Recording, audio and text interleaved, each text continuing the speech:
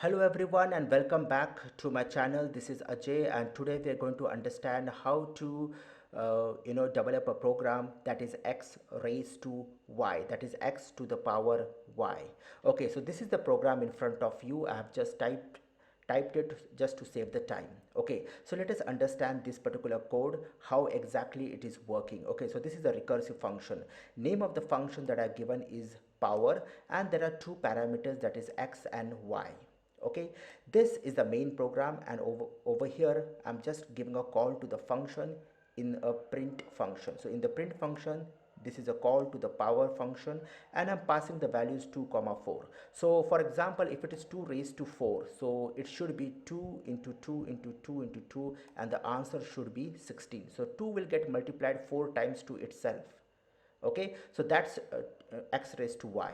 So let us understand if this code is actually running properly or not. Let us study this. Okay, so 2 and 4, these are the two values that I'm passing to this function. So 2 will be received by x and 4 will be received by y.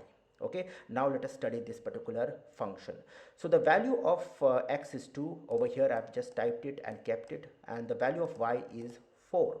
So the value of y is getting compared with 1, that is y greater than 1. This particular condition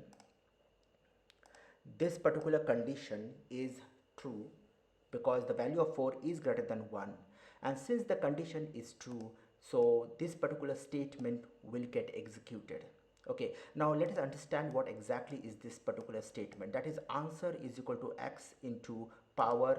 Now again there is a call to the function x comma y minus 1. So the value of x is as it is. I will be passing as it is, that is 2. But the value of y that I will be passing over here is y minus 1. Now what is the current value of y? That is 4. So right now I will pass 3, because that is 4 minus 1. So the value of 3 will get passed over here. So the current value of y is 3. And this was the first call.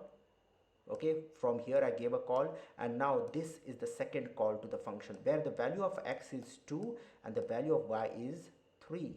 Again this particular condition, 3 is greater than 1, condition is true. Again this particular statement will get executed, and there is a call to the function. Value of x is 2 as it is, and 3 minus 1, so that is 2. So this call to the function I've given, that is 2 comma 2.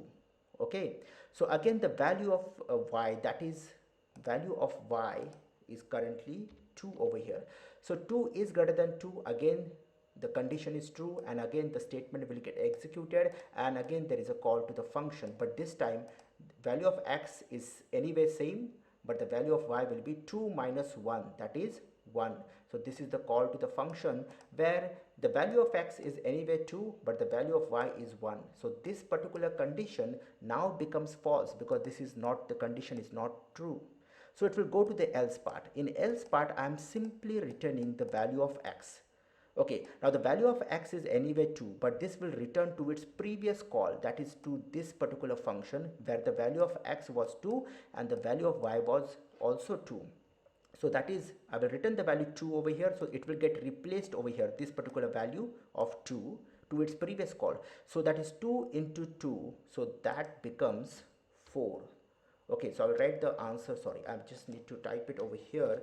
Now the value of answer will become 4, and then you can see again there is a return statement that I'm just returning that answer to its previous call.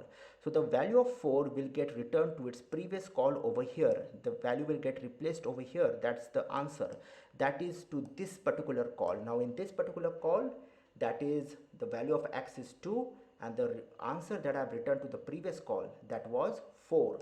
So that is 4, that is 2's are 8. So this time the value of answer is 8. And then again over here, again I'm passing that value of 8 to its previous call, that is to this particular call. So that is 2 into 8, and now that is 16, and we got that answer. And finally this particular value will return over here, and we will print that particular value. Okay, so let us just run this program and see the output, and we got the perfect output, that is 16. Okay, so let me just check the change the value, that is 6 and power to 3. Now let us run this program and check the output, that is 216.